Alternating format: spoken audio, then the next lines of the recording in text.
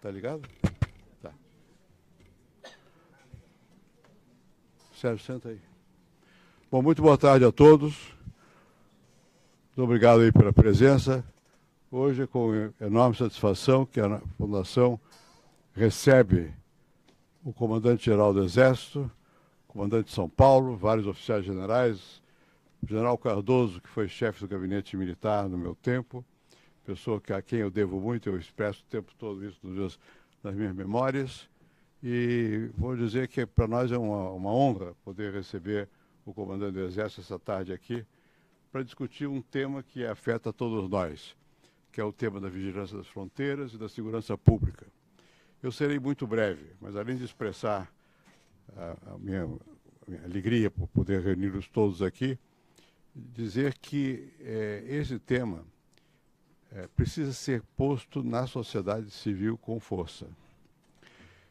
Como a maioria aqui sabe, eu fui senador. E num dado momento, eu tive que refazer o regimento interno do Senado. E tínhamos que definir as comissões que havia no Senado. E lá existe até hoje, suponho, a Comissão de Defesa Nacional e Relações Exteriores. Não havia uma categorização específica sobre o tema. E é óbvio que um país do porte do Brasil, crescendo como está o Brasil, com uma população de 200 milhões de habitantes, num mundo que está sofrendo permanentemente e agora mesmo uma mudança tectônica. Não se sabe muito bem para onde é que vão as alianças dos grandes blocos de poder no mundo. O Brasil tem que se preocupar com a sua segurança, para o seu povo, e com a sua defesa, para a sua presença no concerto internacional das nações.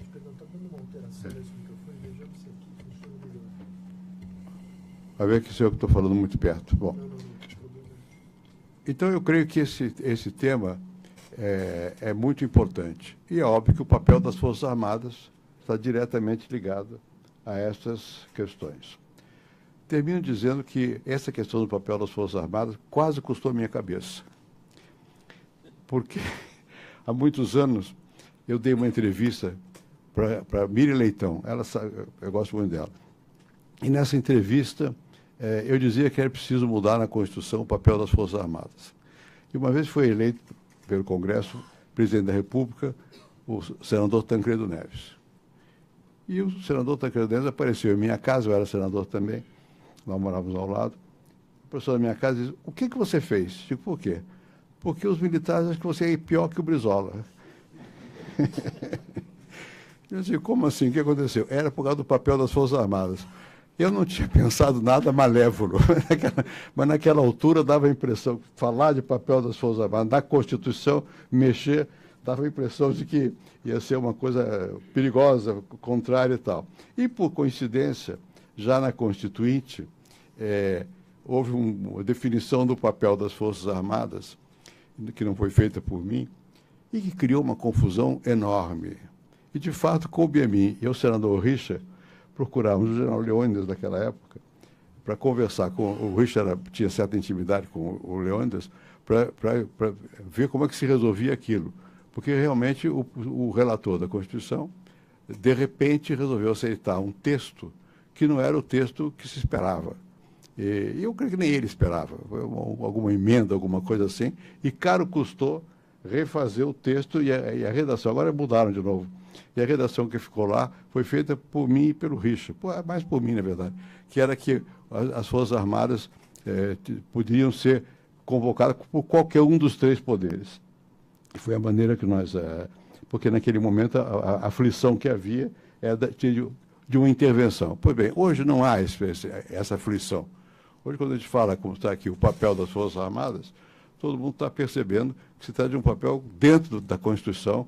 O general Vilas Boas tem reiterado a importância da Constituição, dentro da Constituição, e tendo em vista o seu propósito, que é o propósito de garantir a defesa nacional, a vigilância das fronteiras e, dentro do limite das constitucional, garantir a segurança nacional. De modo que, realmente, para quem foi considerado um perigo tão grande como eu fui, num certo momento, é um prazer poder recebê-los todos aqui para nós discutirmos aquilo que é realmente central para as Forças Armadas para o Brasil. Muito obrigado pela presença. Eu não sei. Você fala primeiro ou fala primeiro?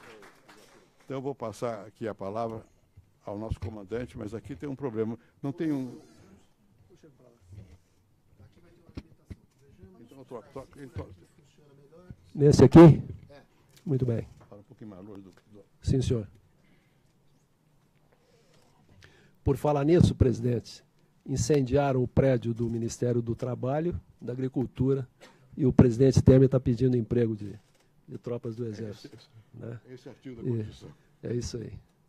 Poderemos ser empregados, mas sempre, jamais para causar alguma ruptura no processo democrático. Muito bem. Sempre para preservar o processo democrático, garantir o cumprimento da Constituição e para proteger e preservar as instituições a quem cabe, né, encontrar os caminhos para a gente sair desse imbróglio que nós estamos metidos.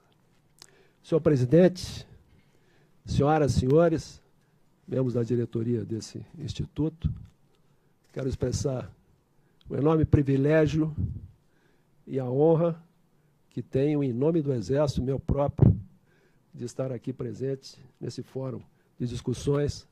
Estou acompanhado pelo general Cardoso, que foi meu instrutor, e pelo general Tomás, que foi meu aluno. Então, a cadeia de responsabilidade está perfeitamente estabelecida aqui, presidente. Ambos trabalharam com o senhor, e o senhor fez excelente escolha, porque são duas referências que têm prestado grande contribuição ao Exército e ao país. Está aqui também o general Campos, comandante militar do Sudeste, que, como ele disse, na última vez que esteve com o senhor, correu um boato que estavam arquitetando um golpe. O senhor está lembrado, né? Muito bem. Hoje tem certeza que não. Não. Desde da queda do Muro de Berlim, com o final da Guerra Fria, se consagrou uma visão sistêmica da defesa, em que ela deixou de ser uma prerrogativa exclusiva dos militares e exige a participação e é a responsabilidade da sociedade, todos os seus setores, e a defesa será, a estrutura de defesa no país será tão mais forte quanto mais robusta for a participação da área econômica, das empresas, da área de pesquisa científico-tecnológica, da área social, a área acadêmica, por exemplo. E, por outro lado, as Forças Armadas passaram a ter um papel que vai muito além o papel de fazer face ao inimigo. As Forças Armadas hoje, além desse papel tradicional, elas têm que estar em condições de atender às demandas da sociedade. Daí a importância dessa discussão neste fórum. Nos sentimos extremamente prestigiados e felizes em podermos compartilhar e submeter aos senhores as nossas visões e as nossas concepções. Eu queria iniciar com um passeio pelo artigo 142, que o senhor fez referência agora, presidente. Por favor, quem está passando? Sou eu mesmo? Muito bem. Está aqui, está comigo aqui, presidente. Então, no artigo 142, nós temos que as Forças Armadas, constituídas pela Marinha, Exército e Aeronáutica, estão aí na ordem de precedência, decorrente da sequência de criação, são instituições nacionais permanentes e regulares. Aqui merece uma pequena interpretação. Os agrupamentos humanos primitivos tinham já um segmento que era decorrente do instinto de segurança coletiva. À medida que esse grupamento humano fosse incorporando novos elementos culturais, fosse se tornando mais complexo, e a partir da identificação com o território ia criando o sentido de nação, ali já estava o embrião da futura Força Armada, que se consagrava a partir da criação do Estado e da independência. Vejam, então, que nação e Força Armada são indissolúveis, indissociáveis. Por isso, são instituições nacionais permanentes e regulares. E se percebe também, interessante, que nos países latino-americanos, quase todos têm como o pai da pátria um general. Aí estão os Bolívares, os San Martín, os Bernardo O'Higgins Enfim, por essa razão. Nós temos uma história muito peculiar e nem mesmo temos um pai da pátria. Não é? Bom, seguindo aqui. Organizadas com base na hierarquia e na disciplina. Esse instituto da hierarquia e da disciplina é fundamental para qualquer instituição armada, por duas razões. A primeira, porque é assim, é com isso que se obtém a coesão da instituição armada, e a história mostra que sempre que uma instituição armada sofreu fissuras verticais ou horizontais e perdeu esta coesão, isso trouxe desgraça para ela própria e para a sociedade a qual ela serve. E a segunda razão é porque a hierarquia e a disciplina são as ferramentas de contenção da violência. As instituições armadas, elas são criadas para a administração da violência.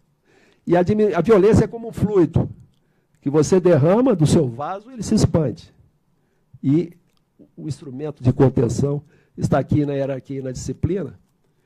E, via de regra, instituição armada violenta, se verifica que elas são carentes de hierarquia e de disciplina. E aqui vem as atribuições, né? A defesa da pátria, a garantia dos poderes constitucionais e, por iniciativa de qualquer destes, da lei e da ordem. O senhor participou dessa redação? Essa aí, é. Muito bem. Sim, senhor. Nós não ficamos bravos com o senhor, não, presidente. Foi? Eu sei. Foi tudo pacificado. Tá certo. Sim, senhor. Muito bem. Nós somos um país onde não há percepção de ameaça, nem a soberania, nem a integridade nacional. E a população não tem essa percepção. No seu dia a dia, no seu inconsciente, não há essa. Diferente de países, por exemplo, como Israel, ou como Estados Unidos, ou como o Chile, que, de certa forma, tem essa preocupação. Nós não temos. Então, este tema, defesa, ele tem pouco apelo, principalmente num país com tantos problemas e tantas carências socioeconômicas, desigualdades, né, enfim, socioeconômicas, desigualdades regionais e assim por diante. Por isso é um tema que é raro ver-se discussão em torno dele. Até mesmo em debates de campanha eleitoral, ele é tocado superficialmente, assim, sem muita profundidade, essa questão da defesa. Recentemente não é mais frequente, mas houve um período que se via discussões em torno da finalidade das Forças Armadas, em razão dessa circunstância de não termos ameaça, algumas vezes levava a um viés até de se questionar a existência de Força Armada no Brasil. Por isso é importante que se entenda que as Forças Armadas têm algumas funções extremamente importantes e necessárias. A primeira delas é de produzir a dissuasão, o efeito dissuasório, em relação a possíveis ameaças. Nós temos capacidade dissuasória assegurada na América do Sul. Não só, e a dissuasão não decorre somente do poder militar, decorre de outros fatores, como a dimensão do território, como a capacidade econômica, a área de ciência e tecnologia, da capacidade política, né, da consciência do poder político do país. Então, na América do Sul, nós temos assegurado. Não o temos em relação a ameaças extraterritoriais. Então, temos algumas carências. Se uma potência estrangeira resolve, por exemplo, instalar uma base na Venezuela ou na Colômbia, o Brasil, naturalmente, vai se posicionar contra, mas sem termos essa capacidade de pressão em função do seu poder militar. Temos um exemplo recente, cotidiano, né, contemporâneo, de consequências de perda de capacidade de dissuasão, que é a liberdade de ação que o Putin e a Rússia encontraram para realizar aquela intervenção na Crimeia, né? Na Ucrânia. Por quê? A OTAN passou a adotar uma conformação leve, de rápida projeção, para intervenção em áreas conflituosas. E não tiveram, então, essa capacidade de dissuasão perante a Rússia. E dissuasão não é algo que se improvise. A dissuasão é o seguro que o país paga para garantir a sua segurança E a função primordial da Força Armada é evitar a guerra mais do que fazer a guerra. Então, essa é a primeira função que eu queria abordar. A segunda função sou eu mesmo. A segunda função decorre daquele aspecto do caráter indissociável de nação e Força Armada. E num país irregular, desigual, como o Brasil, as Forças Armadas elas cumprem um papel muito importante porque elas expressam a essência da nacionalidade. E é interessante que nós recebemos muitos apelos para que haja uma intervenção militar. Eu interpreto isso, mais na verdade, como as pessoas identificando nas Forças Armadas valores que se estão estiolando na sociedade. Então, essa é a segunda função importante que as Forças Armadas têm, principalmente o Exército. A terceira função diz respeito à indução que toda a estrutura da defesa, o estamento de defesa, produz no desenvolvimento do país. Não só na área econômica, como na área científica e tecnológica, na área social e assim por diante. A França, por exemplo, estima-se que a defesa contribua com 17% da economia do país. Nos Estados Unidos é muito mais. Enfim, então há que se entender que é um fator importante, um vetor importante de produção, desenvolvimento para a nação e para o país. E, por fim, num país desigual, como disse, como o Brasil, com tantos problemas, as Forças Armadas, como eu já me referi, elas devem estar em condições de atender quaisquer necessidades da população.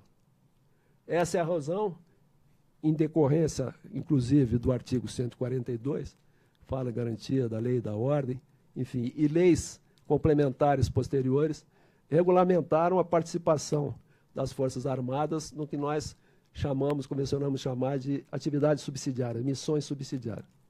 Essa é a razão pela qual estamos, nesse momento, na fronteira, delimitando o espaço da soberania brasileira.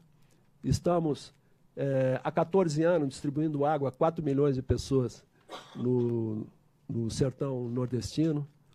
Estamos permanentemente contribuindo com a segurança pública. Realizamos aquelas intervenções de vistoria nos presídios. Atendemos às necessidades de defesa civil, enfim. Vejo que a Força Armada tem que ter características, inclusive, de muita flexibilidade, muita adaptabilidade e de modularidade, enfim, para estar permanentemente em condições de atender a essas demandas. Visto isso, vamos pensar um pouquinho no nosso território. Porque não se pode pensar em defesa sem considerarmos o território e a velha geopolítica. Nós temos um grande passivo geohistórico. O Brasil tem mais da metade do seu território não ocupado, não articulado e não integrado à dinâmica do desenvolvimento nacional. Estamos falando dessa área que aí está assinalada. E a Amazônia, esta região, ela tem papéis muito importantes, potenciais a cumprir. O primeiro decorre do seu potencial econômico. Os dados mais abrangentes que vi, publicados numa revista Exame de 2008, me parece, com base em dados coletados por consultorias, indicam que a Amazônia contenha entre 23 e 24 trilhões de dólares em recursos naturais. 18 trilhões abaixo da superfície, minerais metálicos, não metálicos, energéticos, e 8 trilhões decorrentes da biodiversidade, sendo que há uma estimativa de que apenas 5% do potencial econômico dessa biodiversidade seja conhecido. E essa é uma grande carência que nós temos. Há mais teses sobre a Amazônia nas universidades alemãs do que aqui no Brasil. O outro papel importante que a Amazônia tem a cumprir para o país diz respeito à América do Sul. Temos aí o mapa da Pan-Amazônia, tem 7 milhões de quilômetros quadrados, 70% é do Brasil, com 5 milhões de quilômetros quadrados. São 9 países condôminos E todas as Amazônias têm as mesmas características, idênticas características. Elas são pouco habitadas, extremamente carentes de infraestrutura de transporte e comunicações, abrigam os mesmos ilícitos e os mesmos problemas. Isso estabelece tanto uma obrigação para o Brasil, quanto uma oportunidade, porque a integração sul-americana, em termos geográficos, ela necessariamente vai ocorrer em torno da Amazônia. Manaus é equidistante de todas as grandes cidades da Amazônia, desde de Caracas, Bogotá, Lima, enfim, até as cidades brasileiras como Belém e outras. Manaus é o epicentro, podemos dizer que é o epicentro da Amazônia. E existe um organismo internacional, o TCA, que não teve, não mereceu dos países membros até hoje uma prioridade suficiente para que se altere esta realidade. E, de qualquer forma, nós temos que entender que é uma grande responsabilidade que o Brasil tem nesse sentido, né, de buscar essa integração, e atraímos esses países para a nossa órbita de influência e estreitar essa cooperação a que eu estou me realizando. O problema em relação à Amazônia é que nós temos tido dificuldades de buscar o equilíbrio, primeiro, entre uma visão endógena e uma visão exógena da Amazônia. E, via de regra, o que tem sido feito na Amazônia atende os interesses do centro-sul do Brasil e não da própria Amazônia. Eu me lembro que uma vez visitando, há uns 5 anos atrás, o ex-senador Jabas Passarinho, lá em Brasília, ele contou que, quando era governador do Pará, o embaixador da França havia visitado, percorrido a Amazônia, e, passando por Belém, foi visitá-lo e disse a ele: eu me dei conta que os países europeus têm colônias extraterritoriais. O Brasil tem uma colônia dentro do seu território. Só isso, por exemplo, explica por que Manaus, até hoje, não está conectada ao centro-sul do Brasil por nenhuma rodovia. Manaus, que é a 7ª economia, em termos de cidade, a 7ª economia do país. Seria a mesma coisa, algo semelhante, a que Porto Alegre, por exemplo, não tivesse uma rodovia ligando ao centro-sul do Brasil. A Amazônia teve surtos de programas de desenvolvimento. O primeiro planejado foi a partir de 1750, por Marquês de Pombal, logo após a assinatura do Tratado de Madrid, em que foi adotado o princípio do Uti Possidetis. Foram então criados polos de colonização próximos da fronteira. O ciclo de desenvolvimento seguinte foi espontâneo, foi o da borracha. Começou no primeiro quartel do século XIX e terminou em 1910, por aí. Deixou um legado, grandes cidades como Manaus e Belém, deixou o Acre, a Madeira Mamoré, as ligações telefônicas do Rondon. E depois, só nos governos militares, que aí nós tivemos a instalação do polo da Zona Franca de Manaus e do Programa de Integração Nacional e do Polo Amazônia. Essa Zona Franca de Manaus é interessante, pensarmos nela, o seu distrito industrial. Ele produz na ordem de 150 mil empregos diretos. Para cada emprego direto temos 3 indiretos, então seriam aí uns 400 a 500 mil empregos. Se colocarmos uma família de 4 pessoas para cada emprego, são 2 milhões de habitantes, que corresponde à população de Manaus, o que faz com que o estado do Amazonas seja o mais preservado de toda a Amazônia. O que mostra a minha tese de que só desenvolvimento intensivo vai preservar o meio ambiente, enquanto não se oferecer alternativas para a população, ela vai continuar vivendo extensivamente da exploração da natureza. E aqui nós passamos às fronteiras, nos remete às fronteiras. O Brasil tem 17 mil quilômetros de fronteira, 11 mil só na Amazônia, e há vários tipos de fronteira. Eu sei que o general Cardoso vai abordar, mas eu quero apenas citar 2, a fronteira física e as fronteiras virtuais. As nossas fronteiras físicas, e nós temos fronteiras de integração, nossas fronteiras não são de separação, e elas poderiam muito bem ser um ambiente de muito intercâmbio com os países vizinhos. No entanto, são enormes vazios, onde viceja, via de regra, vicejam os ilícitos. E nós temos como vizinho 3 países produtores de cocaína, e o Paraguai, né, de onde vêm muitos ilícitos, também a parte de contrabando e maconha, etc.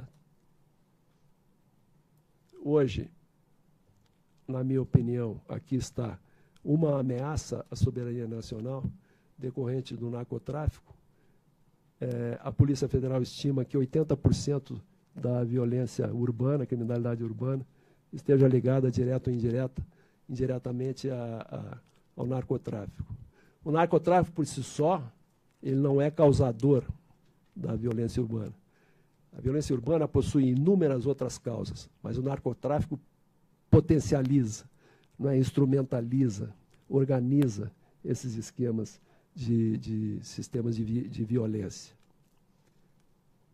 O nosso país já é o 2º maior consumidor, e hoje conversava com o general Cardoso, e com relação à política antidrogas, se me perguntarem se eu sou a favor de liberação ou não, eu digo que eu não sei. As certezas que eu tenho aqui, o que está sendo feito, absolutamente inadequado, e as abordagens têm sido muito simplistas. Essa é uma questão muito profunda, exige uma abordagem multidisciplinar, e eu receio que nós estejamos caminhando numa direção de uma Colômbia no tempo dos cartéis, ou de um México, problema, tragédia que o México tem vivido atualmente. E outra fronteira que eu quero me referir é a fronteira virtual. Fronteira virtual, a partir da qual nós permitimos que incidisse sobre nós vetores, correntes de pensamento, interesses vindo de outros centros políticos que acabaram criando um déficit de soberania. E hoje o Brasil não tem mais liberdade de ação para a exploração dos seus recursos naturais. Estou me referindo àqueles 23 trilhões de dólares. Esse mapa nos mostra a incidência das terras indígenas e das unidades de conservação. Terras indígenas em verde e unidades de conservação em marrom. E vejam os senhores que há uma enorme coincidência com os chamados crátons, os escudos cristalinos, onde há a incidência de minerais. Sendo que na região ali do Acre e junto ao rio Javari, ali é uma bacia sedimentar com grande ocorrência de petróleo, e temos ali também instaladas muitas terras indígenas. Isso pode ter um pouco de teoria da conspiração, mas o que se vê na Amazônia hoje, na prática do dia a dia, são enormes embaraços para que o Brasil, por exemplo, cuja a economia tem como esteio o agronegócio, e o Brasil seja extremamente dependente de importação de fosfato, não tenha liberdade de ação para explorar minas de fosfato que nós temos no nosso território. Então está aqui uma outra fronteira, a fronteira virtual, e eu considero também essa uma outra ameaça à nossa soberania. Então eu encerro com esses conceitos das duas fronteiras, a fronteira física e a fronteira virtual, que nós precisamos, a partir de um sentido de projeto para o nosso país. Eu disse numa entrevista que o Brasil estava à deriva, e houve quem interpretasse que eu estava censurando o governo Temer. Eu estou me referindo de algo que nos aconteceu desde a década de 70, 80, nós cometemos o erro de permitir que a linha de confrontação da Guerra Fria passasse por dentro da sociedade brasileira, e nós perdemos a coesão, perdemos o sentido do projeto e a ideologia de desenvolvimento, e até hoje não conseguimos recompor e recuperar, e o Brasil não tem outra alternativa a não ser uma potência e agir como potência, né? para que nós não percamos todo esse potencial que nós temos em relação a nós próprios e em relação à América do Sul e em relação ao mundo. Essas eram as considerações que eu tinha a fazer. Muito obrigado pela atenção dos senhores e senhoras.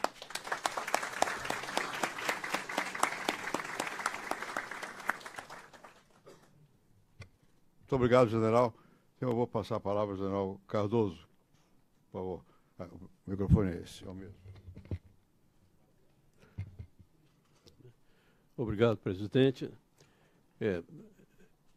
As pessoas que privam com o presidente da República, Fernando Henrique Cardoso, e aqui não vou colocar o ex, sabem e podem imaginar da emoção que tem um ex-auxiliar do presidente durante 8 anos seguidos de despachos diários, 8 anos de muita aprendizagem da minha parte, muita aprendizagem, a emoção que eu tenho de estar aqui ao lado do presidente. E, como falou o general Vilas Boas, estar aqui ombreando também com um ex-cadete de quem eu tive muita honra de ser comandante na Academia Militar e também com quem eu vivo aprendendo. Aprende-se muito na vida, muito. Das aprendizagens, alguma delas eu vou colocar hoje aqui, que tive naquela ocasião, naqueles 8 anos, talvez a principal em termos profissionais e como cidadão tenha sido a da perfeita definição que via acontecer diariamente na presidência da República entre as atividades de Estado e as atividades de governo. O presidente Fernando Henrique, e não estou fugindo do tema, estamos exatamente nesse tema, o presidente Fernando Henrique foi aos poucos, sem me dizer e sem eu perceber, só fui perceber mais adiante, criando dentro da casa do governo brasileiro, Palácio do Planalto, um polo de Estado. E a sua casa militar, da presidência da República, acabou se transformando nesse polo de Estado, ali na casa do governo. Nem sei se o presidente queria fazer isso, ou se foi fazendo aos poucos e confirmando o que o senhor tinha dito quando me deu a honra de ter sido convidado pelo senhor para ser o chefe da Casa Militar. Eu não ponderei, mas eu sugeri que usasse melhor o seu pessoal, que ia designado para a Casa Militar, que era um pessoal muito capacitado, à exceção do chefe que ia assumir. E o presidente, muito à maneira própria, disse, não, está bem, vou observar. Só burro não muda de opinião. E assim o presidente foi mudando e nós acabamos nos transformando em um órgão que hoje vai abordar aqui alguma coisa aprendida naquele tempo sobre a função do Estado e uma, talvez, releitura de um conceito que passou muito tempo estigmatizado no Brasil, por diversas razões, algumas razões reais, outras razões mais de suposição, outras mais em termos ideológicos, que é o conceito de segurança nacional. Me perdoem, eu sei que causa cócegas a grande parte da nação, essa expressão, mas que não teve substituta, uma expressão substituta. Porque não, a Constituição nossa resolveu, em muito boa hora, temporariamente banir a expressão segurança nacional, tentou substituir por defesa nacional, mas a defesa nacional não diz tudo.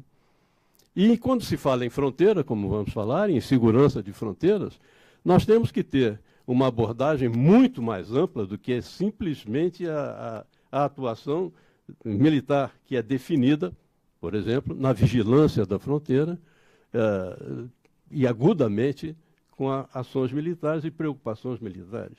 Mas não é isso só. A fronteira não nos causa só esse tipo de preocupação. A fronteira, que nós sabemos é uma linha, mas ela tem, atrás dessa linha, 150 quilômetros, uma faixa de 150 quilômetros de largura, que nos dá ali, se nós formos ver a área da faixa de fronteira comparada com a superfície brasileira, 28% da superfície brasileira, a nossa faixa de fronteira, com uma população que o comandante do Exército apontou de 10 milhões.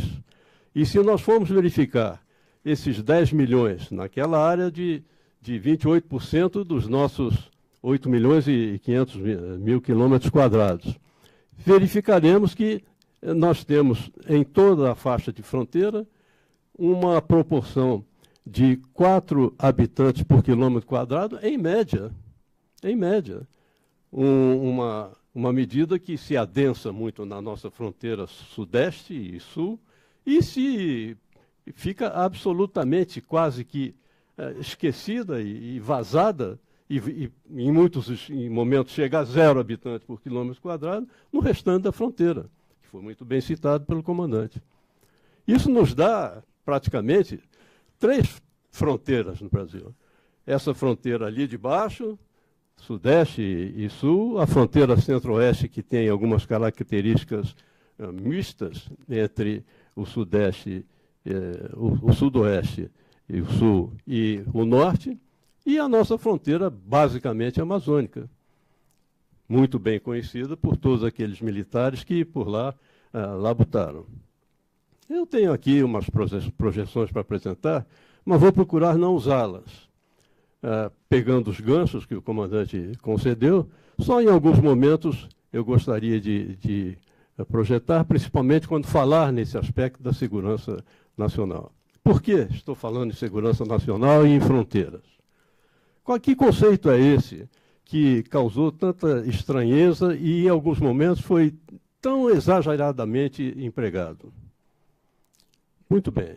É algo muito mais abrangente, como já disse, do que a própria a defesa nacional em si, que é assunto militar e assunto tecnológico, cada vez mais tecnológico em termos de vigilância da fronteira. Por que falando isso? Porque quando se pretende ter uma segurança numa faixa de fronteira que tem essas características que já alinhavei, características que colocam ali na linha de fronteira, em diversos setores, uma permeabilidade absoluta e uma impossibilidade de real vigilância, a não ser com meios de tecnologia mais avançada, que cada vez ficam mais longe das nossas cogitações, dadas as restrições orçamentárias. Temos um projeto magnífico do CISFRON, que é o Sistema de Proteção das Fronteiras, que cada vez mais vai tendo o seu horizonte alongado, cada vez mais alongado. E cada vez mais aquela tecnologia prevista para ser usada na vigilância da nossa fronteira, já que não se pode colocar homem a homem ali para fechar esses espaços, isso é inconcebível. Cada vez mais a tecnologia, quando se pensa nela, ela já está ultrapassada. E a contra-tecnologia mais adiantada. Aí fica essa briga de gato e rato e nós com o horizonte, como disse, se afastando, se afastando. Bem, então há que ter realmente naquela faixa de fronteira alguma coisa a mais. O entendimento esse que eu vou bater em alguns momentos acerca da segurança, do conceito de segurança nacional, não é um entendimento ideológico, absolutamente. Não, os militares, principalmente essa geração de militares que está dirigindo o Exército hoje em dia, e Marinha Aeronáutica, tem, no campo da segurança nacional, não a preocupação de que algo esteja contra a segurança nacional e, portanto, temos que defender a segurança nacional. Não é isso. A segurança nacional é vista por nós, me permitam, o pessoal da Ativa me incluir nesse meio, é a preocupação que nós temos em ter a segurança nacional, que vou conceituar em seguida, a segurança nacional como um instrumento de segurança em geral do país. Ela não é em si um fim. Como numa das transparências que possivelmente eu não mostre, diz, uma política de segurança nacional, ela não substitui a governança do país. senão que ela é um dos instrumentos básicos da governança do país, como se é uma política educacional, uma política de saúde, uma política econômica de uma maneira geral. E estão ali, nesse mesmo nível, de instrumento que tem o chefe de Estado, o chefe de governo, aqui é a mesma pessoa, para administrar o seu país. Mas quando vamos à faixa de fronteira, há condições especiais. Muito bem. Vamos tentar conceituar muito simplesmente a segurança nacional, que defendo seja utilizado, esse conceito seja utilizado não só na defesa da nossa faixa de fronteiras, como também nas consequências múltiplas que existem, algumas decorrentes da própria vulnerabilidade que tem a nossa faixa de fronteira, no problema da segurança interna. Desculpem, a segurança interna no sentido da criminalidade e dessas fronteiras internas que estão aí agora e que todos estamos vendo. Um parênteses, que fronteiras internas são essas? O comandante do Exército falou nas fronteiras virtuais. E há outros tipos de fronteira que a gente não cogita. Por exemplo, o presidente Fernando Henrique não se conformava de ter no Brasil uma área no Nordeste, no Médio São Francisco, chamada Polígono da Maconha, fora do controle do Estado. Ali havia uma outra soberania. A população, ali naquele polígono da maconha, havia um outro controle social que não era o controle social que deve existir pelo Estado. Não que o Estado seja o prepotente dono das ações e dos pensamentos e das tendências da população, mas essa população estava fora daquele controle que o Estado tem que ter sobre a região, e não sobre a sociedade em si, mas sobre a liberdade da sociedade para ela exercer os seus direitos de cidadania. O presidente não se conformava. Determinou que fosse feita ali uma operação para trazer novamente para o controle do Estado. Foi a tal Operação Mandacaru. Essa Operação Mandacaru, eu não vou me estender nela, mas ela é essencialmente um exemplo do que seja esse conceito de segurança nacional na segurança pública, que vou definir em seguida. Quero adiantar, aproveitando inclusive a presença do embaixador Rubens Barbosa, que é o coordenador dessa revista. Aqui tem um artigo de minha autoria, honrado que fui com o convite de escrevê-lo, em que eu descrevo com detalhes essa operação Mandacaru. Recomendo que procurem ler. Ao mesmo tempo, eu recomendo que leiam também o artigo que vem em seguida, do Renato Sérgio de Lima, um excelente artigo, que é um contraponto para as ideias que eu apresento naquele primeiro artigo. É ótimo isso. É ótimo, ótimo. O contraditório é excepcional. Não há nada melhor na vida para se discernir bem as coisas, para se formar opinião, do que o contraditório. Então, o artigo do Renato, repito, excelente artigo, ele é um contraponto, ele apresenta ideias contrárias a essa a minha de colocar a segurança pública como um conceito que deve abranger a segurança nacional, como um conceito que deve abranger as ações de segurança pública. Bem, e que conceito é esse? A segurança nacional, ela visa a dar ao país condições, uma condição de ele fazer suas ações de defesa e garantia normais da segurança do país, da soberania do país, da defesa de suas fronteiras, etc. Mas também não é só isso.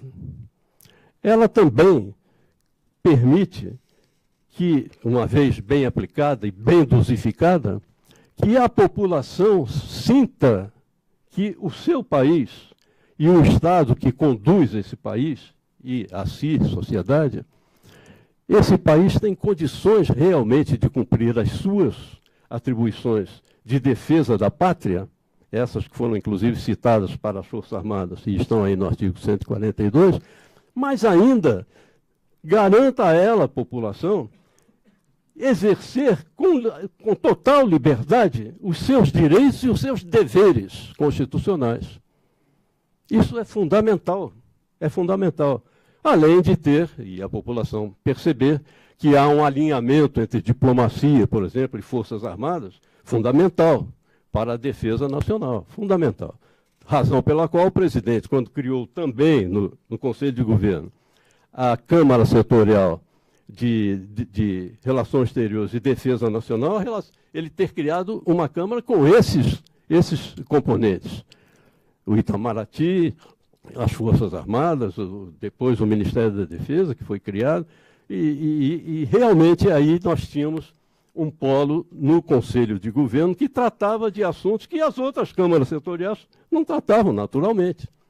Bem, então, a partir do momento em que a população, os cidadãos brasileiros, percebem que o Estado é uma garantia do exercício da sua cidadania, dos seus deveres e dos seus direitos, aí surge uma atitude. E segurança nacional não deixa de ser apenas uma condição e passa a ser também uma atitude e uma condição que nos dá toda essa capacidade de defesa, porque o povo vê relevância no Estado. Eu não creio que o povo brasileiro esteja vendo relevância no Estado há alguns anos.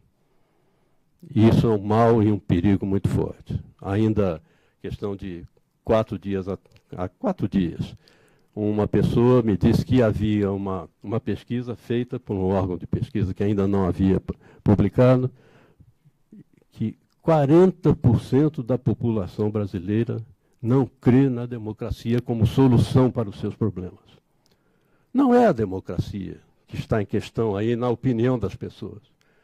É a forma pela qual o Estado está, ora, conduzindo a democracia em si, ora, colocando em xeque a própria democracia, com os seus esteios básicos e com os valores que são fundamentais. Até o comandante citou isso na sua fala.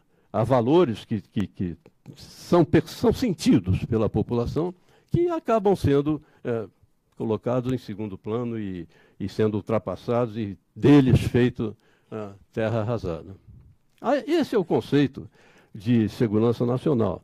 Então, é mais abrangente do que defesa nacional, é mais abrangente do que segurança pública, é mais abrangente do que relações exteriores e não fica só na área da segurança. Eu também classifico alguns momentos aí, até não é oficial essa classificação, nessa altura da vida já podemos ter, né, presidente? O senhor muito mais do que eu, mas poder opinião própria, até que vá contra as doutrinas, né? É o que eu chamo de progresso social. Está no campo da segurança nacional o progresso social.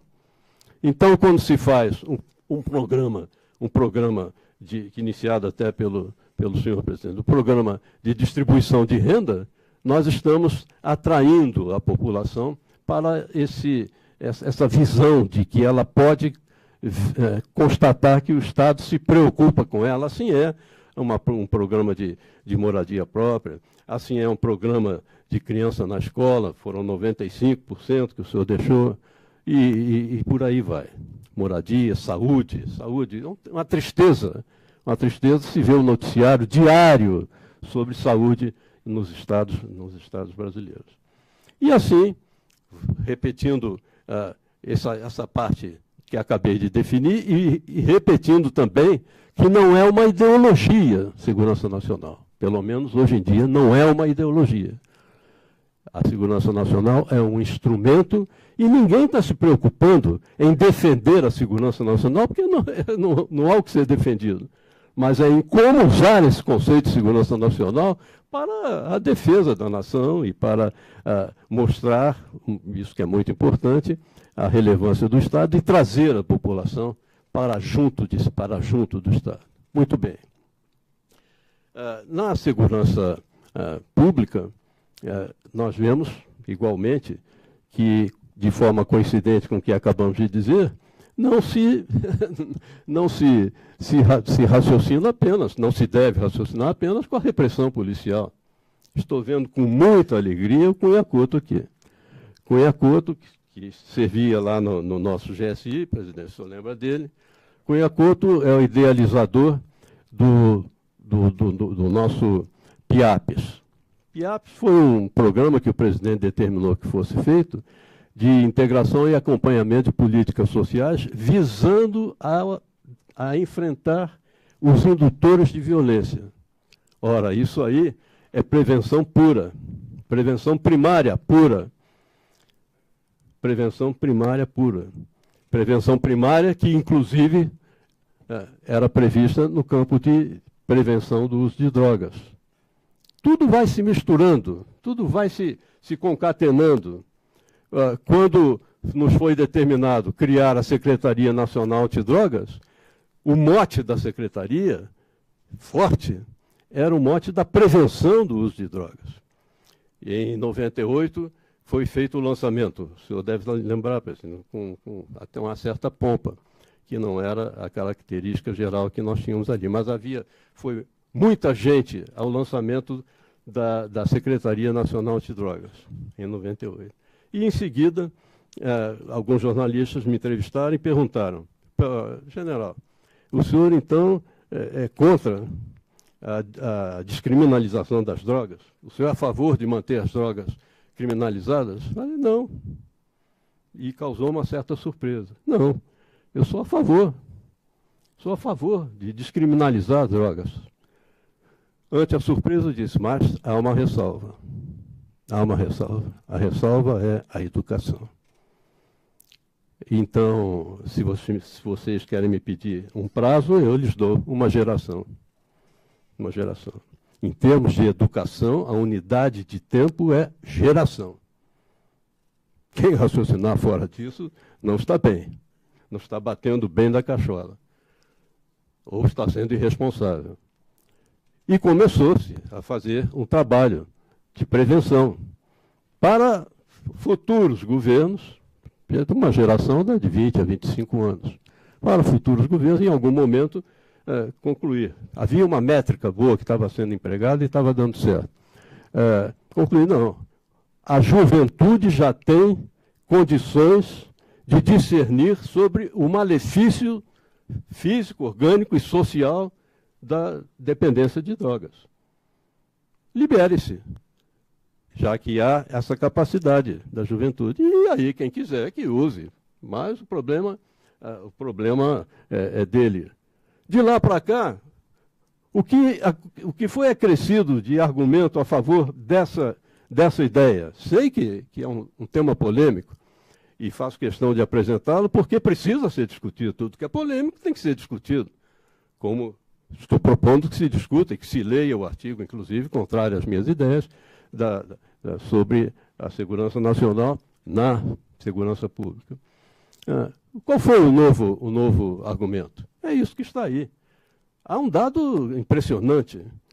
Em volta ali de 80% do problema de criminalidade tem alguma coisa a ver, não com o uso de drogas, mas com o fato de ser ilegal a venda da droga.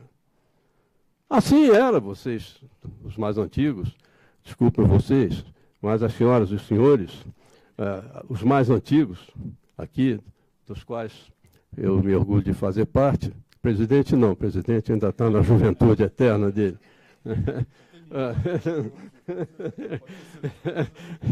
Sabe bem, acompanhou o que era aquela lei seca nos Estados Unidos. E como o crime campeou, porque era ilegal a venda do álcool. E como o crime campeia no Brasil, porque é ilegal a venda da droga. Infelizmente, vamos ter que aguentar aí mais uma geração, porque depois da passagem de governo acabou a ideia de educar para discernir, ter capacidade de discernimento quanto ao uso ou não das drogas. Então, de lá para cá, tanto tempo passou, tanto tempo se perdeu.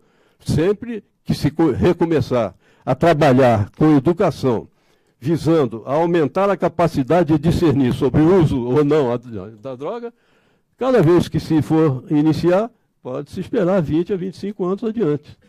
E foi isso que eu disse para aqueles jovens repórteres. Né? E penso assim. Né? Então, aí estão postos dois temas que merecem ser discutidos.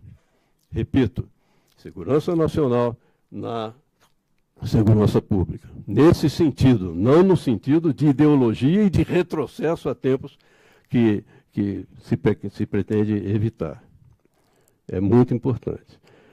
Quanto à segurança nacional, há um conceito que merece se tentar entender, quando dissemos que ela não substitui a governança do país como um todo, senão que ela é apenas um instrumento.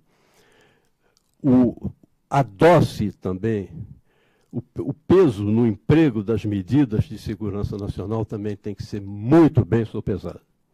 Tem que ser muito bem avaliado. A cada medida que diga respeito ao emprego, seja de Forças Armadas, nas ações de enfrentamento dos problemas de segurança pública, seja na ação da propaganda governamental, seja em qualquer campo. Tem que ser muito bem pensado a consequência daquilo que se está decidindo empregar. Por quê? Porque o enfrentamento tem que ser sistêmico. E quem trabalha com sistema tem que estar sempre alerta, porque qualquer medida tomada em um dos setores do sistema certamente tem influência no outro sistema, muitas vezes imprevistas. E, em grande parte das vezes, negativas, porque não se avaliou bem a consequência que ia haver. Assim é esse uso da segurança nacional, do conceito de segurança nacional, em diversos campos, inclusive o campo da segurança pública. Muito bem. Ora, temos que, então, pensar em fazer, como é que vamos gerir essa faixa de fronteira? Como vai ser gerida essa faixa? Claro que tem que ser gerida com uma parcela do poder nacional, claro. Né? Poder nacional. Vem mais um milico falar agora, já falou em segurança nacional, vai falar agora em poder nacional, coisa de ESG. Mas não precisa saber do conceito da ESG, não precisa saber para perceber que o poder nacional, como um todo, é que permite a um determinado país ele próprio dizer: eu sou soberano, ou sou meio soberano, ou a minha soberania está relativizada, ou vou permitir que ela fique relativizada até determinado ponto, como copiando Montesquieu, copiando uma epígrafe que o próprio presidente usou em algum de seus artigos, que eu uso muito também. Montesquieu naquela. A relação entre as nações diz que é aquilo, que em tempo de paz elas se devem fazer o maior bem possível. E em tempo de guerra, o menor bem possível. Ética pura, não é? Mas aí vem o pragmatismo. Desde que seus genuínos interesses não sejam prejudicados. E na faixa de fronteira isso vale muito. Vale demais. E em termos de poder nacional, tem-se que levar em consideração, como o comandante levou em consideração, a avaliação do poder relativo nacional. Porque poder não é um conceito absoluto. O poder vale pelo que ele vale diante de outros poderes. Então, o poder nacional tem que ser... Poder nacional para quê? Para desenvolver, para construir uma ferrovia, um porto, para garantir a soberania, está bem. Em relação a quem? Parece que, em termos de América do Sul, estamos bem, a não ser em termos de força aérea relativamente à Venezuela. No resto, estamos bem. Já é um problema, esse problema de força aérea. Né? O Sukhoi, eu sei lá o que é da vida, que tem nesse país, claro que não é um país inimigo, claro que não é, mas é um país com um poder aéreo instrumentalizado por meio de aviões que foram idealizados para cobrir o espaço aéreo da Rússia, 2 vezes maior do que o nosso espaço aéreo. A Rússia tem 17 milhões de quilômetros quadrados, nós temos 8,5. Né? E a Venezuela tem uma coisinha muito menor. Né? Para que esses aviões assim? Aumentou muito o poder militar desse país, que é um país amigo. Né? É um país, sempre será. Principalmente porque nós vivemos nessa zona de paz, E já que estamos vivendo uma zona de paz, temos que encarar a fronteira como uma oportunidade de integração. A linha de fronteira não é mais como foi antigamente, decorrência da expansão brasileira, graças a Deus houve essa expansão, e aos portugueses, decorrência de uma expansão que aumentou muito o nosso território, novamente graças a Deus, e, em consequência, a nossa responsabilidade de soberania. Então, já que é essa a situação da zona em que vivemos, na América do Sul, uma zona de paz, que a nossa fronteira e a nossa faixa de fronteira seja uma área avançada da integração regional, uma área física avançada da integração regional. E, portanto, oportunidade. Oportunidades que têm que entrar em cogitação em qualquer plano que se faça de gestão da faixa de fronteiras. O que proponho aqui para a discussão é que essa gestão da faixa de fronteira seja compartilhada pelas 3 esferas da administração pública. Mas não só por essas esferas, municípios, estados e governo federal. Estados são 11. São 11 os nossos estados que estão na fronteira, defrontando-se ou juntando-se a 10 países. Né? Também a população tem que entrar nisso. Também os cidadãos têm que entrar nisso. E como? Ora, é uma faixa de fronteira muito diversificada, como já comentamos, com enormes vazios, inclusive de municípios. A nossa quantidade de municípios na faixa de fronteira, comparada com os municípios do Brasil, 5.570, eu acho que estamos hoje, ali são apenas 500 e alguma coisa. Verifica-se logo que há municípios com áreas extensíssimas, áreas que talvez sejam iguais a Sergipe ou coisa parecida. Bem, então temos que pensar nesse compartilhamento da gestão das 3 esferas de poder e da população e da iniciativa privada, uma forma de os manter coesos e interessados, como, por exemplo, a iniciativa privada tem que ter interesse. Que se pode criar para eles. E gerir essa faixa por condomínios de espaços municipais. Condomínios de espaços municipais, atendendo às vocações daqueles municípios e às tendências da população. Para isso, tem-se que conhecer muito bem essas populações, e o Exército conhece muito bem essas populações, como também o nosso Ministério, por exemplo, da Integração Nacional deve conhecer. E os governadores, etc., prefeitos, têm até o dever de conhecer mesmo. Esses condomínios vão facilitar muito a gestão. E uma gestão por meio de câmaras setoriais, presidente, copiando a sua ideia nas câmaras setoriais no Conselho de Governo. Câmara setorial, digamos, uma de segurança institucional, que abrangeria relações exteriores. Na fronteira é importante isso aí. Relações exteriores, abrangeria segurança pública, a própria segurança nacional, nesse sentido que já foi comentado aqui, e a defesa nacional, função das Forças Armadas. E mais ainda, uma Câmara Setorial de Desenvolvimento que existe, ou existia, e era muito atuante. Malan está aí, não está? Cadê o nosso Malan? Está lá o Malan. Né? E funcionava muito bem. Não é porque você está presente, não, Malan. Eu ia já falar isso mais adiante. Né? Que funcionava muito bem, mas também tem que funcionar com viés de segurança nacional. E não com a ideologia de segurança nacional, que hoje em dia e sempre deve e deveria ser impensável ser uma ideologia. Repito, é instrumento de governança. Né? E assim teríamos essa segunda Câmara Setorial que ia pensar na logística toda para essas áreas, estradas e muitas vezes, essa estrada não é econômica, não merece ser asfaltada, mas há outros fatores. Há outros fatores. E a população que ali vive? Que é uma população especialíssima, a população da fronteira e da faixa de fronteira.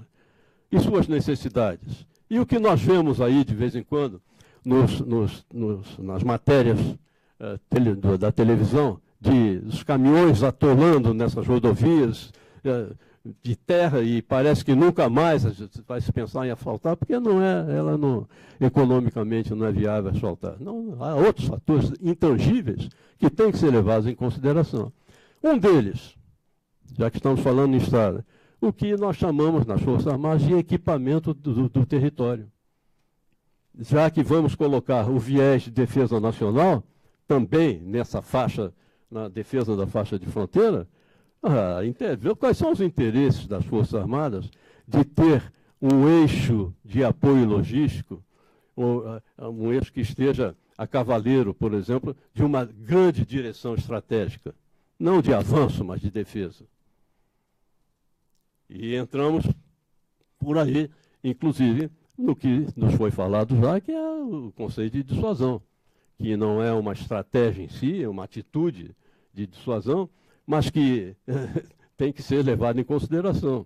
Exemplo, com todo esse poder nosso relativo diante, por exemplo, do país amigo, Bolívia, nós não fomos dissuasores e perdemos 2 refinarias. Era o caso de atacar? Não, claro que não. Claro que não era o caso de atacar. Mas ali a dissuasão, ela deveria ter sido fortemente política, e não foi. E aí não fomos dissuasores. E, de repente, está o gigante da América do Sul sendo desafiado por um Davi que nem funda tinha. Nem funda tinha, mas que tomou as refinarias. Isso, vejam bem esse conceito, vejam como é abrangente essa coisa toda. Um país não é só dissuasor por suas forças armadas, ainda mais no mundo de hoje. Ainda mais no mundo de hoje. O comandante falou, tanta gente pede intervenção. Um dos fatores, além do arraigado sentimento democrático que prevalece nas Forças Armadas, hoje em dia, prevalece, e sempre foi uma coisa que nos arrastou. Eu sou neto e sou filho de militar, e sentia isso neles. E tenho genro militar, e tenho neto capitão, aliás, está na fronteira, o menino. Está lá na fronteira, o Pedro. Comandou 2 anos o pelotão de Auaris, recém-casado. E a esposinha dele, a Mineirinha, foi ser professora de tudo lá também. E agora está em Boa Vista. E o que eu ia dizendo, essas 5 gerações aí, eu nunca percebi em nenhum deles, algum sentimento assim, não, né, temos que entrar. E eu ia dizer, ainda mais no mundo de hoje. Mas esse fator, vá resolver fazer uma intervenção, que não é o nosso caso, mas vá resolver fazer. Vá resolver. Não vê a reação do mundo. Justa a reação do mundo. Né? Bem, meus amigos, muito teria que ser dito aí. Muita coisa poderia mostrar com figuras ilustrando. Mas o poder nacional, eu quero terminar aqui essa fala, porque já fomos até em estados, né, Fausto? Para terminar logo, e vou terminar, mas eu estava fazendo uma digressão a partir do poder nacional, é o poder do povo, é o poder da iniciativa privada. A Constituição é sábia quando diz que todo poder emana do povo. E o poder nacional não é o poder do Estado. O Estado tem que ser o integrador e o coordenador daquilo que é vontade nacional. Vontade nacional que, inclusive, deriva de uma outra fronteira. As fronteiras internalizadas nas pessoas, em parte, atende ao que foi definido pelo comandante como as fronteiras virtuais. Mas avança um pouquinho mais, porque define a vontade nacional. Nós somos 200 milhões de universos prontos aí para nos transformarmos em uma cultura própria, que seria um absurdo, uma cultura própria, com valores próprios, mas há grupos formados por parte desses 200 milhões. E grupos de muita força, que ou tem vontade forte, expandindo-se produtivamente, construtivamente, para a vontade nacional, ou fenece diante da vontade mais forte de outros que queiram, como, por exemplo, o crime organizado, que queiram submeter a sociedade aos seus interesses, aos seus lucros. da fronteira, que grande parte do material de munição e de armamento vai lá para aquelas fronteiras internas, interiores ali, das favelas, regiões liberadas até, que era, inclusive, o caso do polígono da maconha. Agora eu não sei como está, presidente. Muito bem, me permitam tomar a liberdade de chamar de meus amigos. Repito, a alegria e a honra de estar aqui, reitero, ombreando, veja o senhor, presidente, que folga, né? Ombreando com o presidente e com esse dileto amigo, estoico comandante do Exército Brasileiro, exemplar comandante do Exército Brasileiro. E nesse agradecimento fica também o agradecimento a todos os amigos que aqui estão presentes e que nos deram a honra da atenção.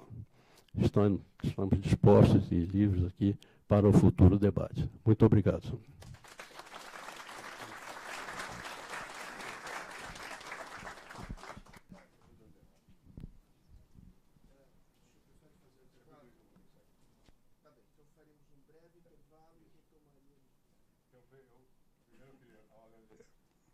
Eu nunca sei funcionar. Vamos dar o seu aqui, que é melhor. Esse aqui está pior. Ao agradecer as exposições que nós ouvimos, e eu vou me desculpar, porque o general sabe, não vou poder estar presente na segunda parte do nosso encontro.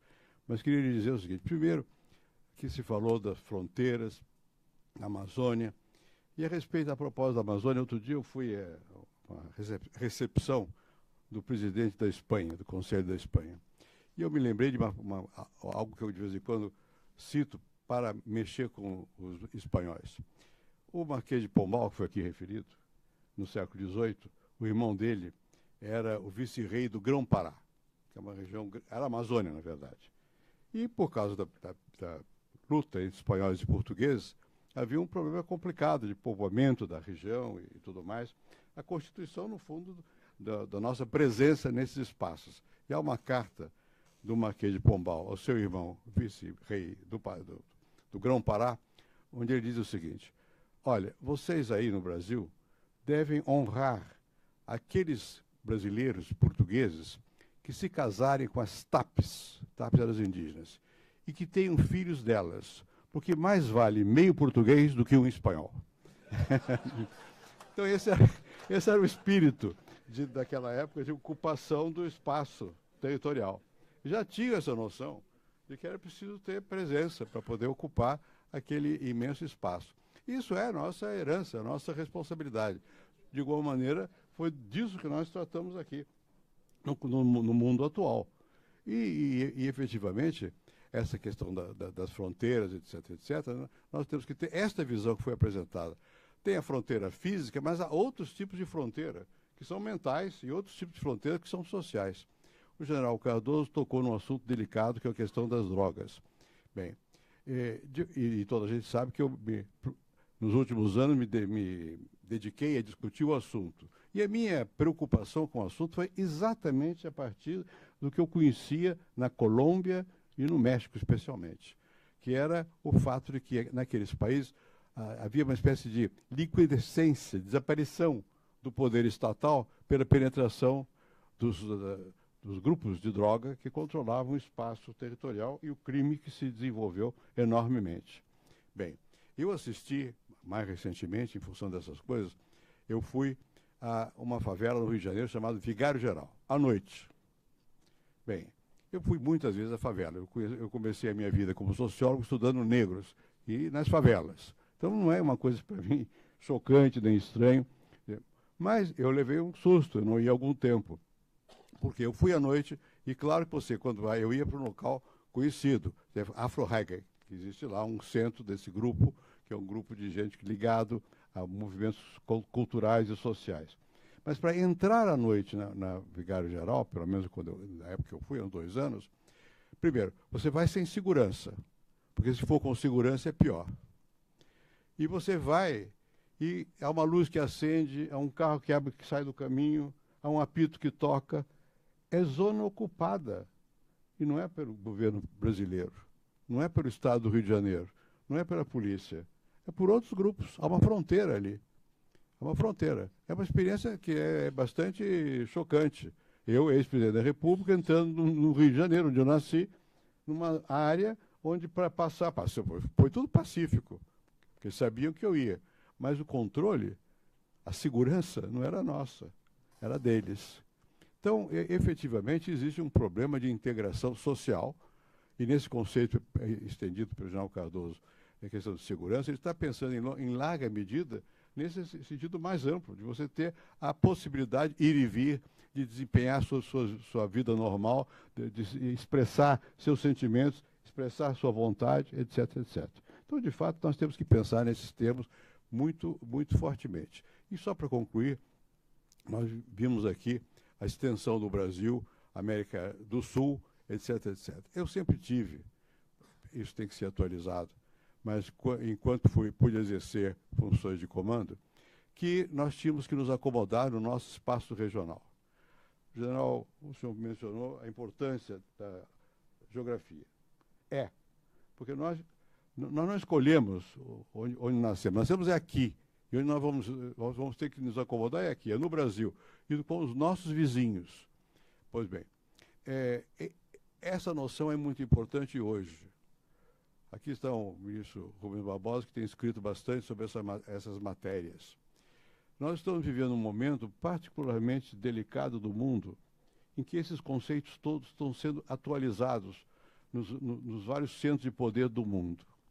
Nós estamos vendo que o equilíbrio do mundo pós-Guerra Fria, que foi mantido graças a uma espécie de aliança tácita entre a China e os Estados Unidos, está chegando a um momento de dúvida.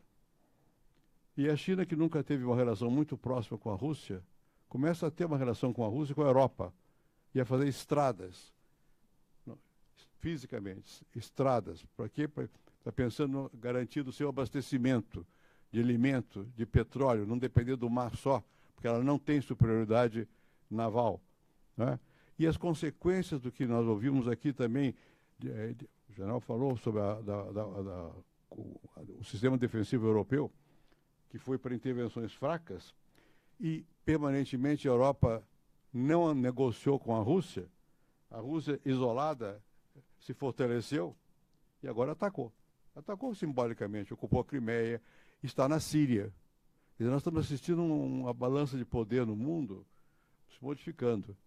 E se nós não tivermos visão dessas coisas, que são geopolíticas, a expressão é essa, nós podemos perder a oportunidade de saber para que lado vai o Brasil. E nós não podemos deixar de voltar, de reconhecer que o nosso berço é a América do Sul. Quando nós falamos uma vez, pela primeira vez, houve uma reunião em 1991, de 2001, de presidentes sul-americanos, em Brasília, já tinha essa ideia, já era muito clara, de América do Sul. E para que não se pensasse que era contra, eu convidei o presidente do México, veio o ministro do Exterior do México. Não é questão de ser, não é contra, não. É que é outro mundo. O nosso mundo, onde nós estamos encaixados, se eu posso dizer assim, é a América do Sul. Não é que estejamos contra os outros, mas aqui nós temos que ter uma presença muito, muito forte. Muito forte. E essa presença muito forte foi até bem pouco tempo ameaçada e ainda é em parte pela droga, porque os estados nacionais vizinhos perdiam força, porque a droga entrou profundamente aqui no Brasil. E não vou falar mais, senão eu tenho o mau hábito de falar demais, mas aqui foi dito pelo general Cardoso, a posição a respeito da droga é o seguinte: a droga no Brasil é livre, na mão do contrabandista, do tráfico. A droga tem que ser regulamentada, e não está na mão do tráfico. E mais ainda, é preciso entender que sem campanhas educacionais não se resolve. O que nós fizemos com o cigarro? Foi proibido o cigarro? Não. Mas aqui ninguém fuma nessa sala. No corredor também não. E se saírem aí, vão ver lá na portaria, na rua, pessoas, uns poucos que estão fumando. O Brasil caiu de 30% de fumantes para 10% de fumantes. Foi uma das mais rápidas transformações em questão de droga, porque o cigarro é uma droga. não foi proibido, foi regulamentado e foi, digamos assim, discutido e as pessoas foram entendendo que aquilo faz mal mesmo. Então, isso que faz, digamos assim, é uma atitude, para usar a sua expressão, não é uma proibição. A mesma coisa é a questão de segurança. Para você garantir a segurança, não é só proibir, é fazer com que as pessoas, dentro delas, entendam que é necessário ter um sistema que lhes permita liberdade e que esse sistema impõe que exista alguma força capaz de, em certos momentos, e quando for da conveniência da coletividade, estar presente para a defesa do quê? Do interesse nacional, que não pode ser outra coisa senão o interesse das pessoas. Foi isso que o general Cardoso disse. De modo que eu fiquei muito feliz de ouvi-los e agradecer. Vai continuar. Nós vamos suspender por um breve intervalo para tomar um café. E eu, infelizmente, não posso ficar. Você sempre rompeu. Vossa Excelência está presente, porque era muito importante que houvesse também um endosso de Vossa Excelência de que tudo que se ouviu aqui e que foi tremendamente enriquecedor da cultura de cada um, das abordagens profissionais que foram dadas de forma clara, supôs também, nessa hora difícil que o Brasil está passando, para que daqui se irradiasse para todo o Brasil a reafirmação de todos com o primado da Constituição Federal. Certamente, isso é fundamental. Não há atalhos à Constituição, disse o general Vilas Boas. Eu concordo. Muito obrigado e vamos tomar nosso café.